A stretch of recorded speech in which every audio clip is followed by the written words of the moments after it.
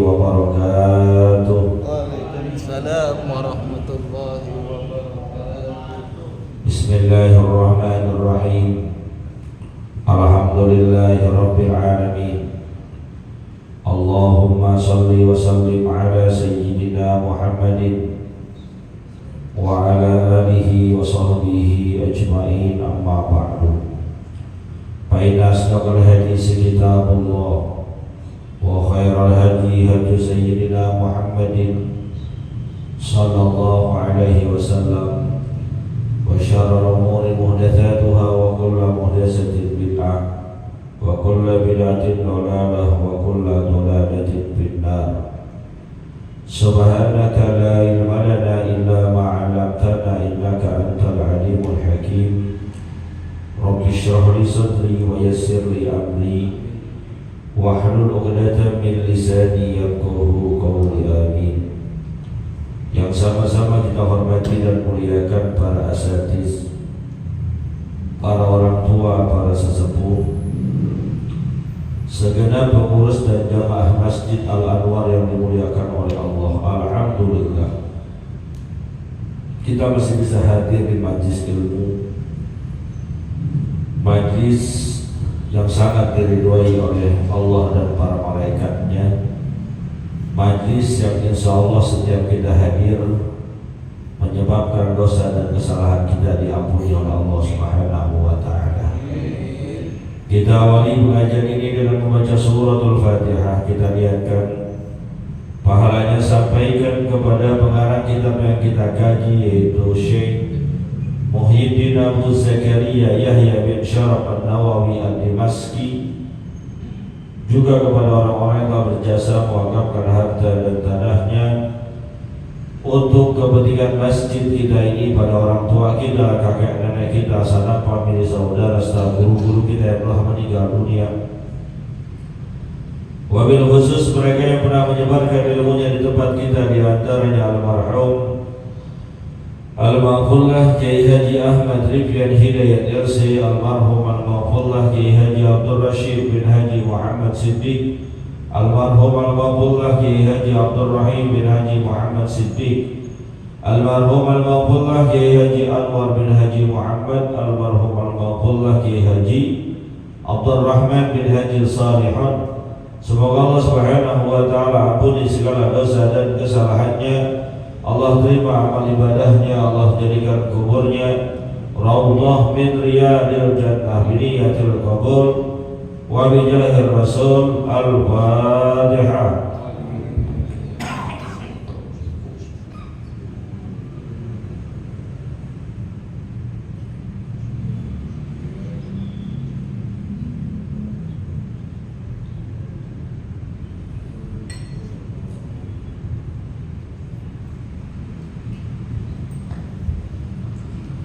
Melanjutkan bacaan kita. Bismillahirrahmanirrahim. Wa an Ibni Umar radhiyallahu ta'ala anhuma anna Rasulullah sallallahu alaihi wasallam qala umirtu an uqatila an-nas hatta yashhadu an la ilaha illallah wa anna Muhammadar Rasulullah wa yuqimus salata wa yu'tuz zakata fa idza fa'alu dhalika asamu minni dima'ahum wa amwalahum illa bihaqqil Islam wa hisabuhum 'ala Allah ta'ala. Muttafaqun alaih. Masih dalam pembahasan bab tentang bagaimana kita menghukumi manusia secara zahir, dan kita serahkan kepada Allah apa yang rahasia di balik kezahiran itu.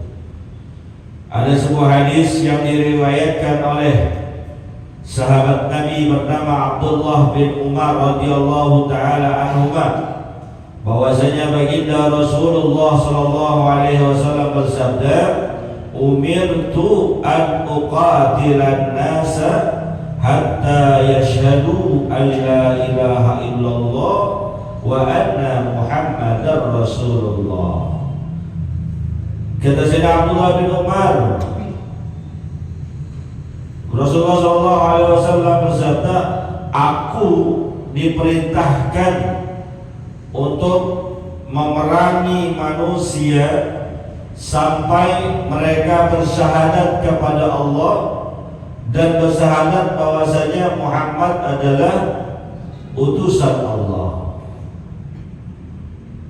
Ini kalau hadis ini dipahami mentah-mentah, letterlock hadis ini kita pahami tanpa tahu dasar-dasarnya, urusannya orang Islam dianggap teroris beneran. Kenapa?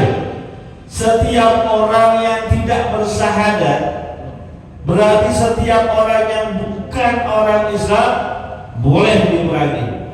Perintahnya diperangi, perintahnya dimusuhin.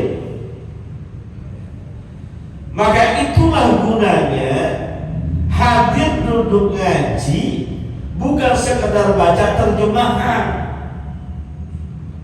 Dengarkan penjelasan ulama maksudnya apa dan bagaimana konteks hadis itu disebutkan oleh baginda Rasul. Keadaannya saat itu adalah dalam keadaan Darul Harb, negeri peperangan. Musuh nyerang kita, kita balas musuh serang balik.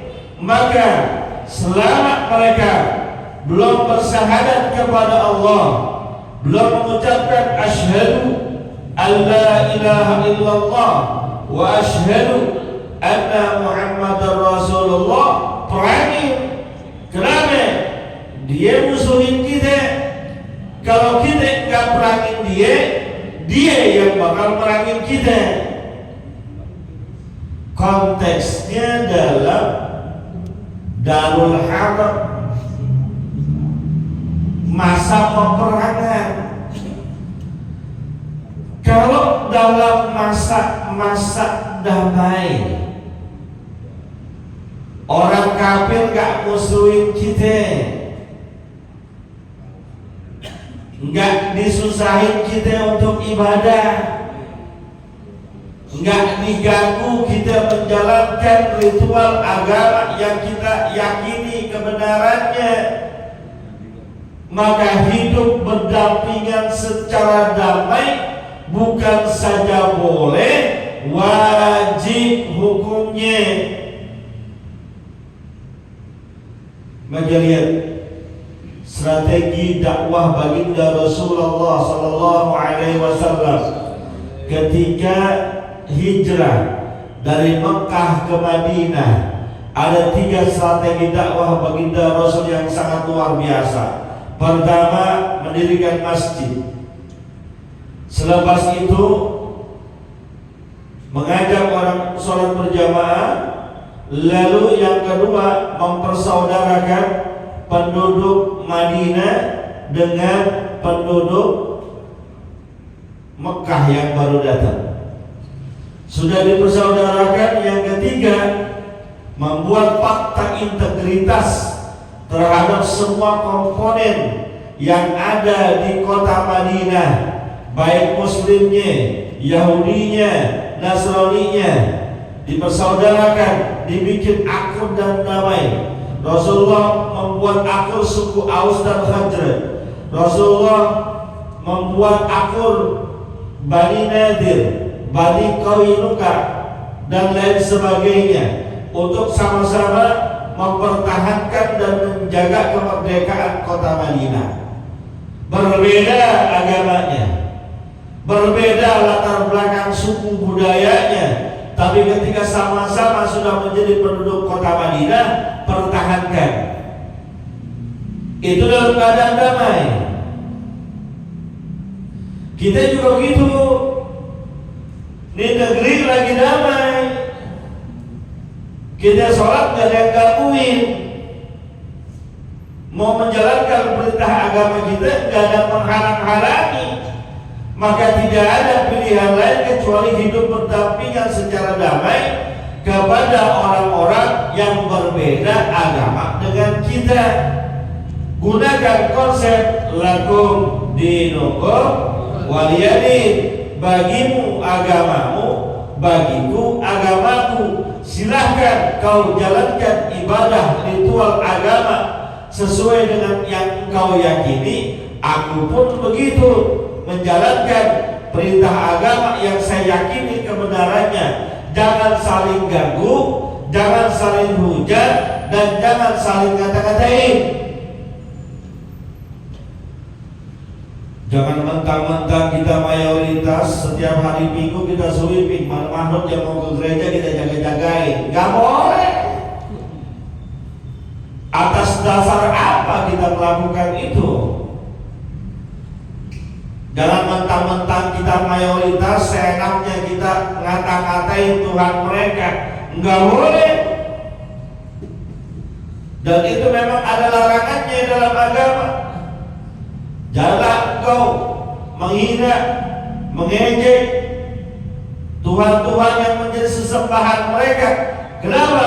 Karena kalau kamu ejek mereka, mereka juga akan mengejek, menghina Tuhan yang menjadi sesembahanmu. Kita ejek mereka, mereka akan ejek kita. Maka ketika kita ejek mereka, sama aja kita mengejek Tuhan kita sendiri. Hidup damai. Tapi kalau sudah masuknya wilayah-wilayah peperangan, angkat senjata, mereka memusuhi kita, memerangi kita, nggak ada pilihan lain. Lu jual, gue beli. Pantang nyari musuh, kalau diajak berantem, hayu. Islam tuh konsepnya. Maka kalau sudah berperang, urusannya kalau enggak kita yang mati, dia yang mati. Berhentinya perang sesudah ada ucapan asyhadu an la ilaha illallah wa asyhadu anna muhammadar rasulullah. Selesai.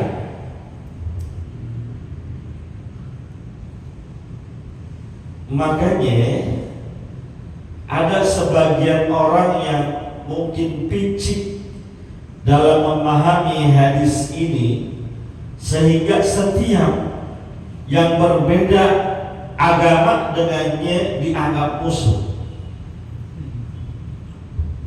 harus diperangi, harus dimusnahkan. Maka terjadilah yang namanya teror bom. Itu kalau salah memahami konsep hadis ataupun konsep jihad. Makanya sering disampaikan oleh guru-guru kita, ngaji yang benar. Jangan cuma lewat bacaan, jangan cuma lewat tulisan, apalagi terjemahan. Kalau ngajinya jelas siapa gurunya, dan gurunya itu memang punya guru lagi yang sangat keilmuannya tersambung, maka insya Allah kepalidan, kesahihan kita dalam memaknai sebuah literatur hadis ataupun ayat Quran nggak akan keliru. Tapi kalau comot doang, lihat terjemahan, lihat tulisan-tulisan yang mungkin kita nggak tahu siapa penulisnya, kita nggak kenal siapa penterjemahnya, akhirnya terjadilah yang tidak kita inginkan, sehingga kedok Islam itu menjadi serem. Islam dianggap agama arogan, agama serem, agama doyan perang, agama doyan permusuhan, tidak cinta damai. Padahal demi Allah, Islam adalah agama cinta damai. Islam adalah agama yang membenci permusuhan. Islam adalah agama yang tidak setuju dengan peperangan. Itu hakikatnya Islam. Dan jangan kata ngeluarin darah, netesin darah orang, nyakitin dengan kata-kata aja nggak boleh. Di dalam keadaan damai, ya. Tapi kalau dalam keadaan nggak damai, diperintahkan kita untuk memerangi mereka sampai mereka bersyahadat kepada Allah Subhanahu wa taala. Cukupkah dengan syahadat? Ternyata wa yuqimus shalah, dirikan salat. Ternyata untuk mencari keselamatan di dunia dan di akhirat gak cukup dengan syahadat doang. Wa yuqimus shalah, dirikan salat. Maka jadi orang Islam gak cukup KTP-nya doang, gak cukup namanya cakep doang. Ahmad, Muslim, Ibrahim, Soleh, Daud, cakep, Amir, bagus. Sholat kagak, subuh kesiangan. Gak cukup dengan itu. Benar, Islam ini yang akan menjamin kita masuk surga. Benar itu, gak ada salahnya. Ketika kita sudah berikrar bahwa kita adalah Muslim, wa ana minal muslimin, saya termasuk golongan orang-orang Islam, maka kita sudah punya tiket surga. Benar, gak salah. Tapi tiketnya gak cukup cuma itu doang. Harus ada kekuatan pendorong lebih. Di antaranya wa yuqimus shalah, dirikan sholat.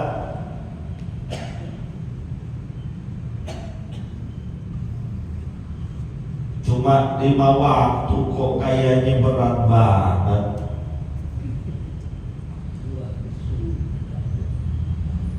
5 waktu juga sekali sholat paling 5 menit. 5 kali 25 cuma 5 kali 5 cuma 25 menit. Kok kayaknya berat banget, susah banget.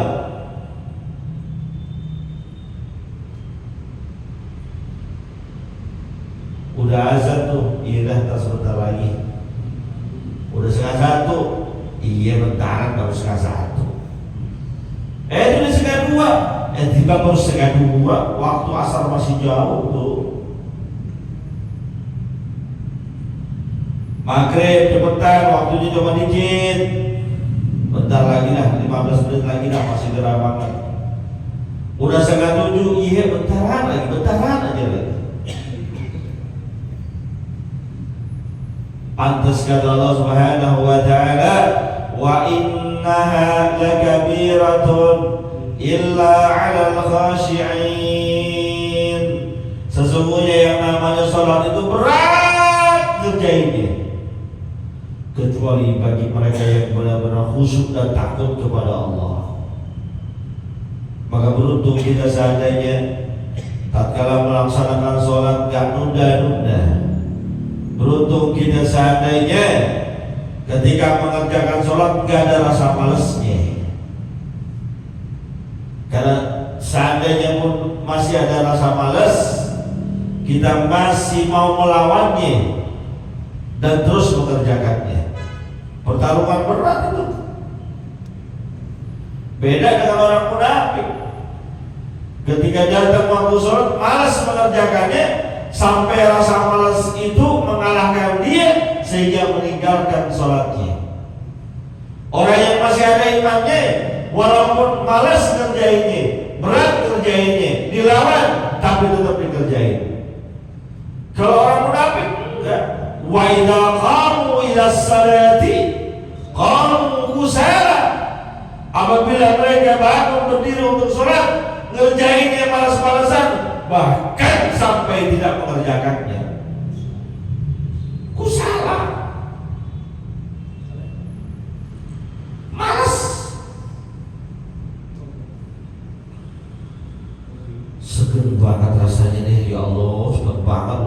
aja lagi.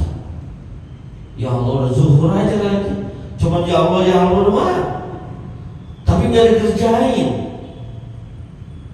Berapa banyak orang yang Islam? Berapa banyak orang yang akunya hamba Allah? Berapa banyak orang yang ketika susah ngadunya kepada Allah, angkat kedua tangannya, tapi ketika datang waktu sholat, dia malas kerjainnya, dia tinggalkan itu pekerjaan sholatnya. Dia lebih pentingin kerjaan-kerjaan dunianya.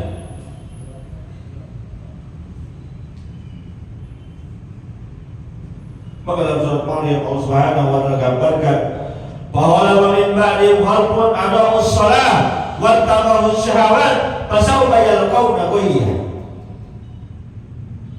Awas umat-umat akhir zaman adaa'u shalah, menyanyiakan sholat, wa tabahu syahawat, ngikutin hawa nafsu, ngikutin nafsu kerjanya, ngikutin nafsu tidurnya, ngikutin nafsu cari uangnya, sehingga sholat dianggap remeh, sholat dianggap enteng. Bahkan digambarkan dinarun, satu dinar saat itu dianggap lebih baik daripada sholat mereka. Rupiah saat itu dianggap lebih berharga daripada sholatnya. Dolar saat itu dianggap lebih mulia daripada ibadah sholatnya. Padahal ya Allah, kita punya ribuan harta, jutaan dolar, gak ada apa-apanya dengan satu sholat yang bisa kita kerjakan. Gak ada apa-apanya. Sholat ini gak bisa dibayar pakai duit, gak bisa diganti pakai uang, apalagi tiba dibayar pakai beras, gak bisa. Tuh Pak Ustadz, tuh ada tuh orang meninggal suka dibacain fidyah, dibagi-bagiin beras. Itu mah cuma ikhtiar, jaga-jaga doang. Syukur-syukur diterima sama Allah. Kalau enggak ya aja, ya jujur-jujuran. Kalau sholat bisa diganti dengan beras, sholat bisa diganti dengan uang, meninggalkan sholat cukup dengan bayar uang beberapa rupiah, enak yang menjadi orang kaya. Gue tinggal aja udah sholat, meninggal gue tinggal hitung berapa waktu sholat, berapa ton gue keluarin. Kalau lumbung-lumbungnya kita sedekahin buat fidyah, tapi kan gak bisa. Tapi orang mulia mah namanya ikhtiar, usaha namanya juga. Karena yang bisa difidyahkan hakikatnya sesuai nas adalah puasa. Itu pun bagi yang memang dia nggak punya kemampuan untuk puasa.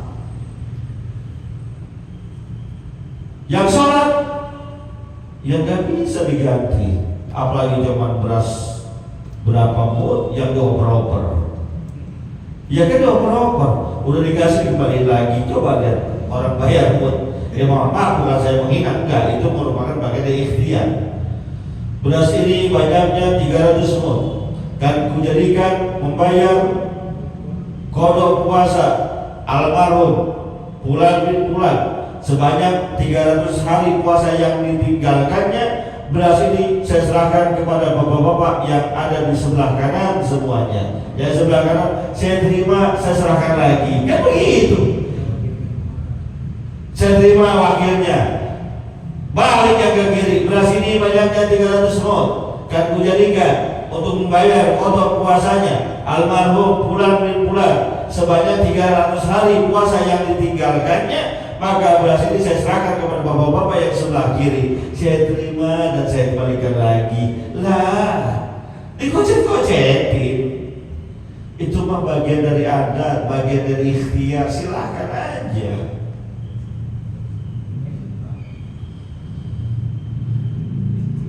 Kalau nggak mau bayar fidyah nggak apa-apa Pak Ustadz, nggak apa-apa. Terus kalau yakin orang tua kita ninggalin puasa, kodokin ente anaknya. Kalau yakin orang tua kita banyak tinggalin sholatnya, ente yang punya anak kodoin sholat babe ente, itu jauh lebih mendekati diterimanya dibandingkan hadiah. Ustaz gak cocok dengan hadiah, gue sih cocok-cocok aja, dapat hadiah gue paling banyak. Ya benar. Kalau hadiah nih ya, kan dikasih di kantong-kantong berapa liter? 3 liter. Ustaz 3 liter apa lebih? Minimal 10. Gue mah cocok-cocok aja kalau hadiah. Gue untung. Tapi ini kan bicaranya bukan sekedar mendekati apa enggak, sebaiknya kalau memang ingin benar-benar mengurangi kodok ibadahnya orang tua yang sudah meninggal dunia, kita yang bayarin kodoknya. Kalau itu sedekah bisa mengurangi dosa orang tua kita, bisa.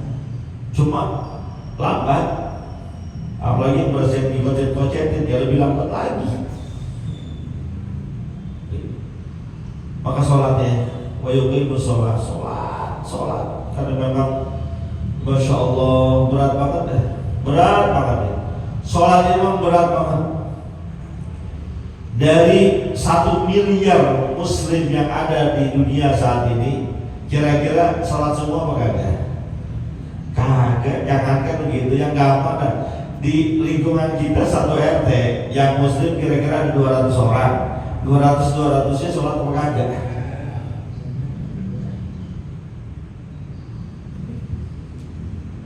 Ini kalau ikutin ini diperangi nih, yang nggak sholat diperangi, didata sama RT mana yang nggak sholat ini? Yang nggak sholat catat-catat ini.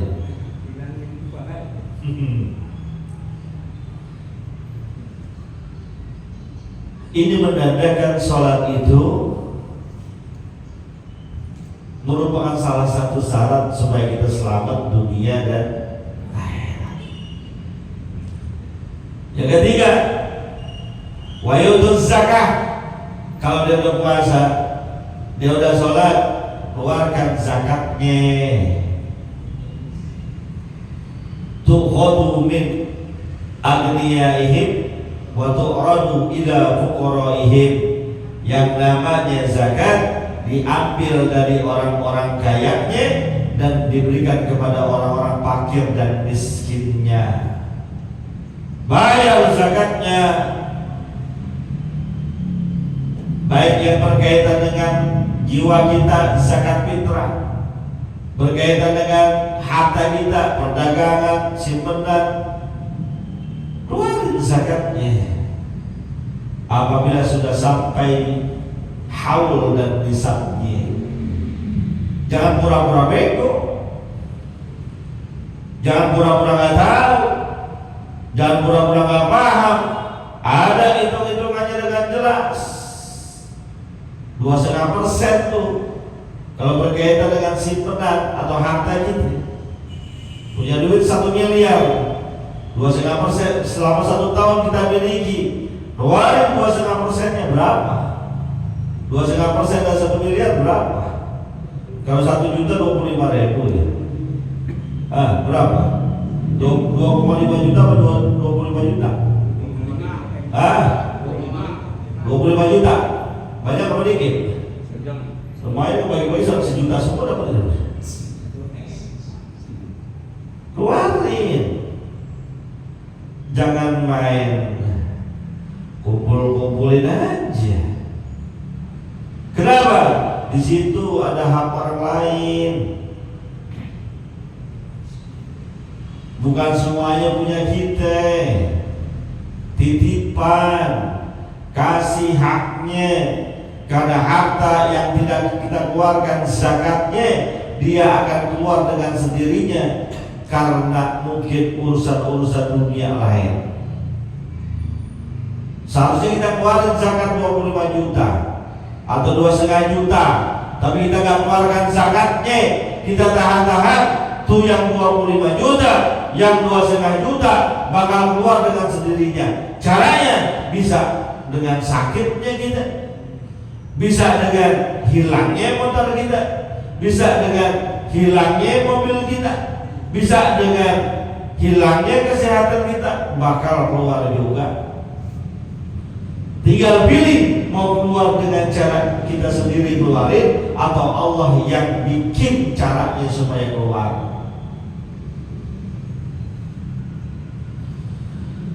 Bahkan pada zaman Sayyidina Abu Bakar radhiyallahu taala anhu, ketika beliau menjadi khalifah,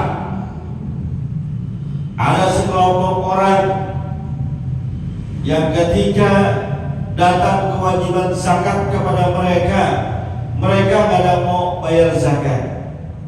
Ketika dipanggil, ditagih, dikirim utusan untuk keluarin zakat, mereka berkata, dulu kami mengeluarkan zakat karena ada Nabi Muhammad SAW. Sekarang Nabi Muhammadnya udah nggak ada, maka kami nggak perlu keluarin zakat lagi. Ini Islam model dulu pemahamannya. Lalu diberikan peringatan oleh Sayyidina Abu Bakar Siddiq bahwa tetap keluarin zakat, karena mengeluarkan zakat bukan karena ada Nabi Muhammad. Ini adalah perintah agama Allah. Tetap bersikeras dalam mengeluarkan zakat juga. Diperangi mereka oleh Sayyidina Abu Bakar Siddiq radhiyallahu taala anhu, dianggap sebagai pembangkang. Kenapa diperangi? Saat itu negara Madinah sudah menjadi negara Islam, boleh diperangi. Kalau sekarang ya jangan.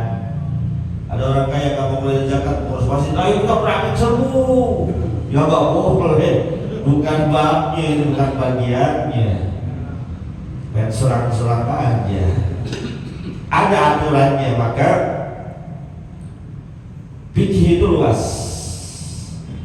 Ada bagaimana fikih berpolitik, ada juga bagaimana fikih bernegara. Kadang ada yang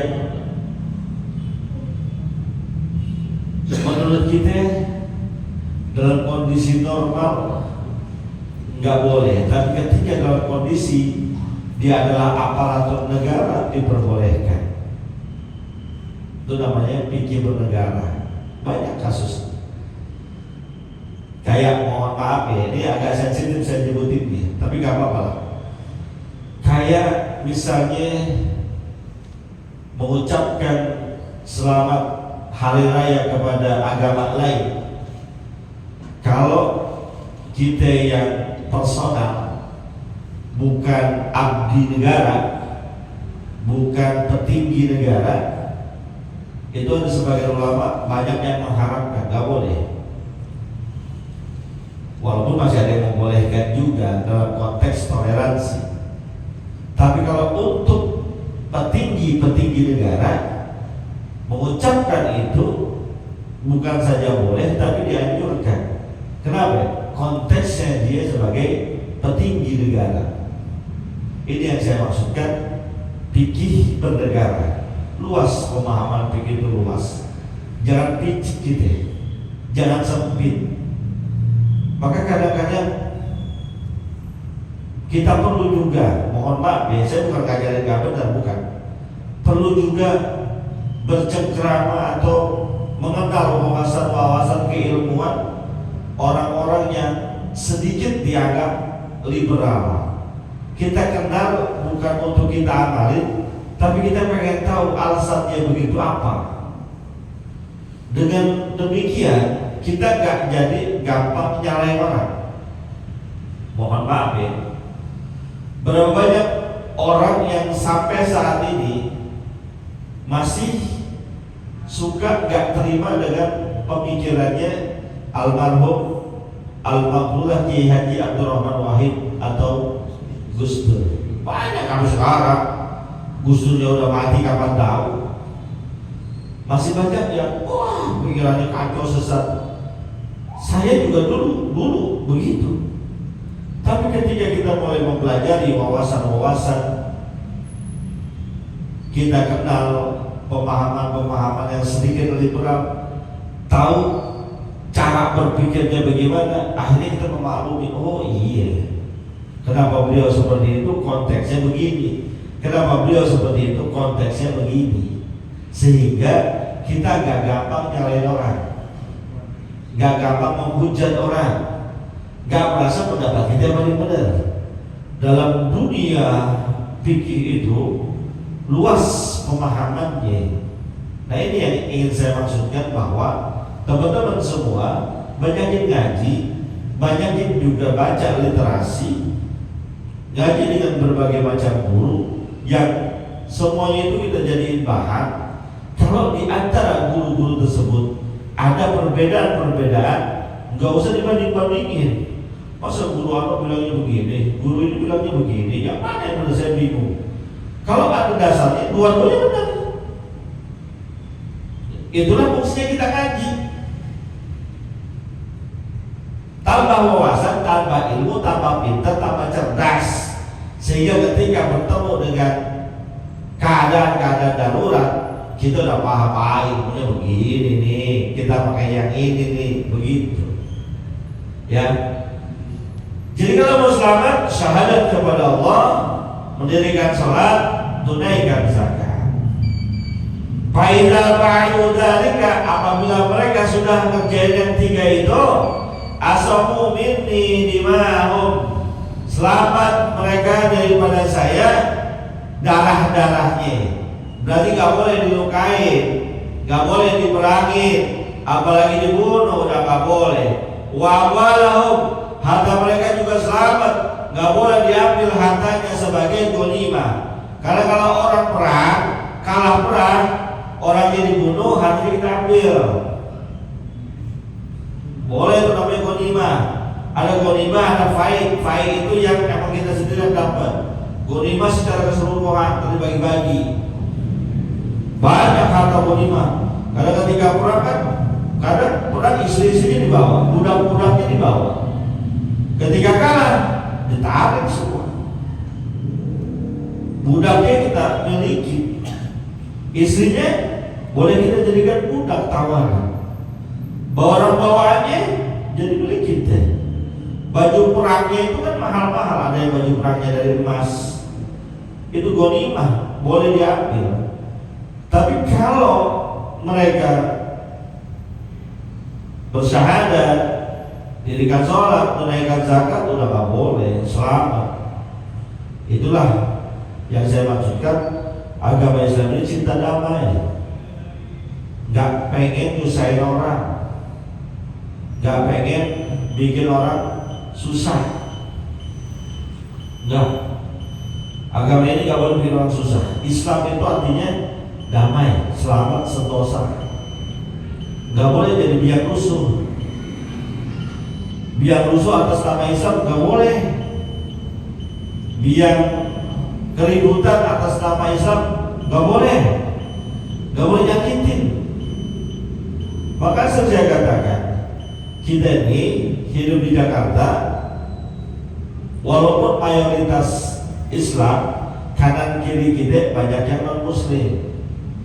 Pintar-pintar menggunakan pengeras suara masjid. Jangan sampai nyusahin orang.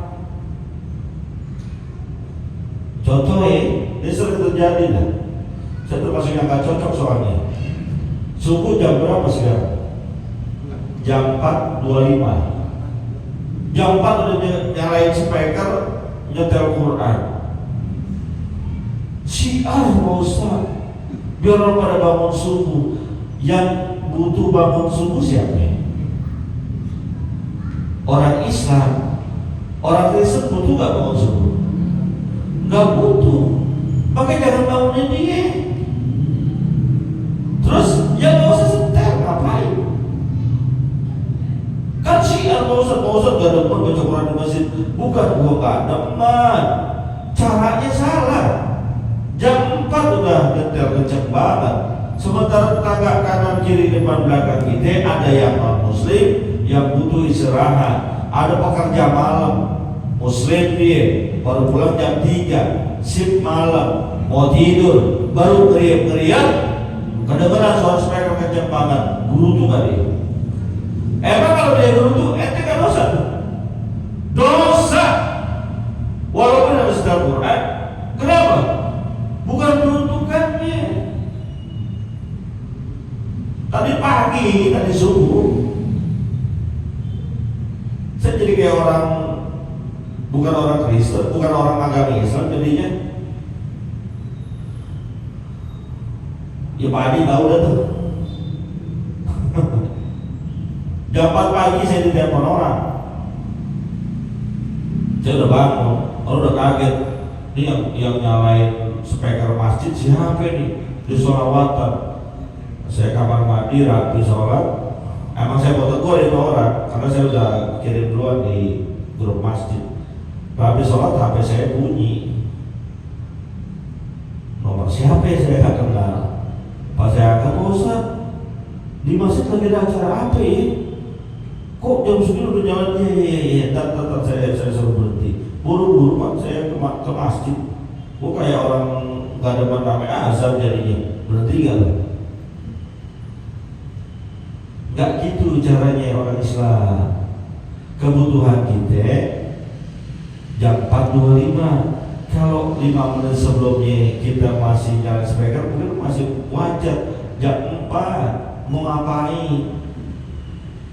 Masjid lain bisa pakai tarhib tuh. Dan masjid lain bukan masjid gua. Masjid gua punya tanggung jawab moral untuk itu. Masjid lain bodoh amat. Tapi pengurusnya tanggung jawab, jangan dikira nggak tanggung jawab itu. Orang terganggu tidurnya tanggung jawab itu. Jangan kayak gitu. Maka saya udah bilangin. Tadi udah saya bilangin, jangan nyalain speaker sebelum azan subuh. Mau sholawatan kayak, mau baca Quran kayak enggak. Azan subuh azan udah. Kalau sebelumnya jangan. Ustaz gak ada sholawatan, bukan gua gak ada sholawatan, salah lagi dah. Gua gak ada berisik yang ganggu orang lain. Kenapa ya?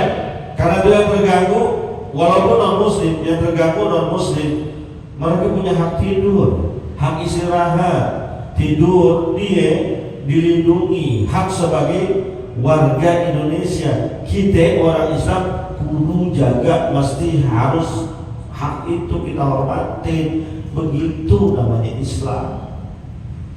Wallahu a'lam bishawab. Al-Fatihah.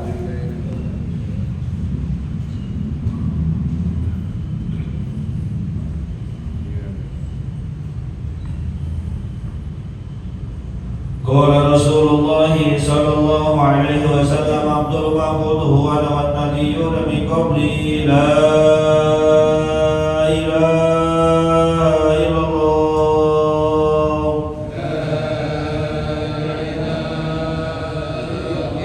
la ilaha illallah la